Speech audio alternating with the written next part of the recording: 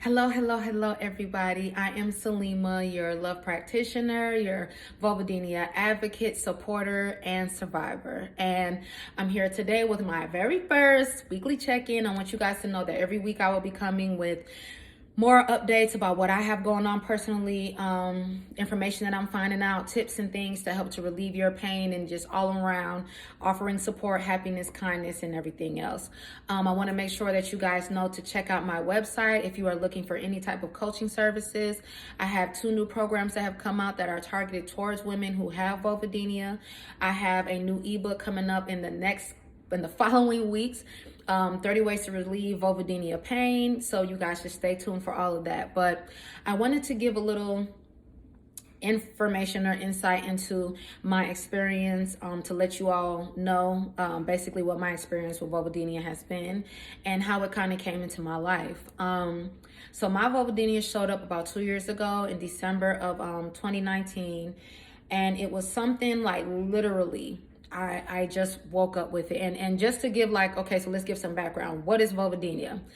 In layman's shortest terms, it is chronic pain of the vulva. That means that the pain is lasting more than 3 months. It sometimes can feel like an intense burning sensation. Sometimes it feels like fucking the most irritating shit you can ever imagine. If a woman has had a yeast infection, like imagine a yeast infection times 10. Sometimes it's like feels like rawness, irritation to the touch. Today, for all the women who have it, you guys know, like wearing shorts and sitting down, that means I'm having a good day today, because I'm pretty my symptoms are pretty low. And with being pregnant, it has caused, things to flare up. But that'll be what I talk about on the next one. I just want to give some information on this one. And the thing I feel like that's the biggest struggle with having vulvodynia is that to the naked eye, nothing is wrong with the vulva. The vagina and the vulva looks completely normal. There might be some slight rawness or, redness, but for the most part, it looks like absolutely is nothing wrong. And at the same time, it's kind of like, that was one of the things that I kind of like went back and forth about. It's kind of a blessing, because I know for me, if I did see something, if something was looking really, really bad, I feel like that would freak me out. I mean, it already freaked me out in the beginning, So my journey basically with vulvodynia, it literally just showed up one day. I had an experience with somebody that I kind of knew I shouldn't have been involved with. And I felt kind of proud of myself for the way that I handled things. And then the next morning I woke up and I had this like excruciating fucking pain. It was more than what I had never experienced anything like that before. I had never had that type of feeling. And I was scared, So my first thought was like, oh my gosh, and I had protected sex. So in my mind, I'm like, maybe you have something, go and get tested. So I go and get tested. Everything comes back negative. And that kind of started the journey on figuring out what it was that I had, being not mistreated physically, but like being like misdiagnosed and being advised different types of medications that didn't seem to do anything, that never seemed to give me any type of relief or release or anything like that. It was definitely something that was like emotionally, I just felt fucked. You know what I'm saying? I felt like I felt like my body was betraying me. I felt like I was being punished for doing something wrong when I knew I hadn't done anything wrong. If anything, I had done right by not continuing to let a situation go on that wasn't making me feel good or giving me pleasure or happiness. And over these last 2 years, this is the very first, like I've gone live with another platform. Last week was the second time, but this is the first check-in, like just me talking openly about, this situation. And it was something that all this time I have carried so much shame with. I have just been so nervous about speaking about, because it's like, who wants to talk about this? In my mind, I felt like no one else had this. Like I was the only one who was suffering with it.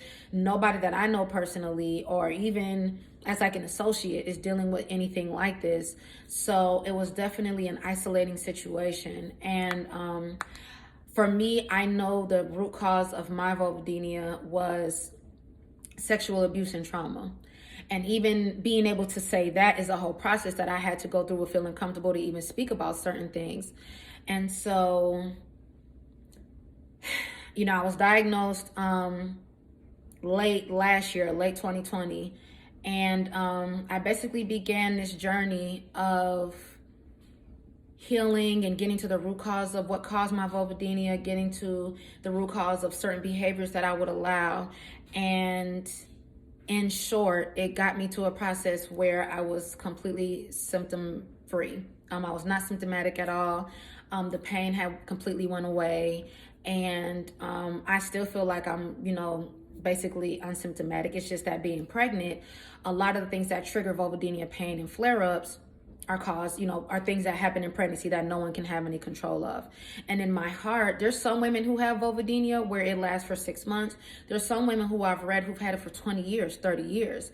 And I feel like getting to the root cause of it is a big thing in relieving your pain. So I'm sure that there's, a lot of other parts. There's a lot of parts of this that I'm going to, go more deeply into in the future. I just wanted to give a little bit of, on it right now. But in me getting myself unsymptomatic, or whatever the term may be, relieving my pain, releasing my pain from my body, I knew that my purpose was to help other women with this, was to help other women to find some type of release and to get to the root cause of why this has happened and showed up in their lives, and to give them options to feel better and to eventually get them to a position where they're unsymptomatic as well. So again, for all the women who might be dealing with any type of chronic pain, any type of vulvodynia, whether it's provoked or non-provoked, whether it's generalized or everywhere, I want you to reach out. I'm here to support you. I'm here to listen to you. Like I said, my coaching programs are targeted exactly for you, to give you answers and to help to put you in a process of healing yourself from this condition, to feel good every day, to have sex again, to be in a relationship, to be able to sit down without no pain, to be able to wear shorts and underwear and thongs. And even though I don't advise that shit, but to just bring you some peace and happiness. That is what everything that I'm doing is all about. So make sure that you check out your website. Make sure that you DM me, share this with other people that may be struggling with this condition, and just continue to stay here and, see my updates about everything that I have going on. But I love you all, and I appreciate you all for listening always and tuning in. And stay tuned for next week. I will be talking about having vulvodynia and being pregnant and what all comes along with that. So I love you, and I will talk to you guys soon. Peace.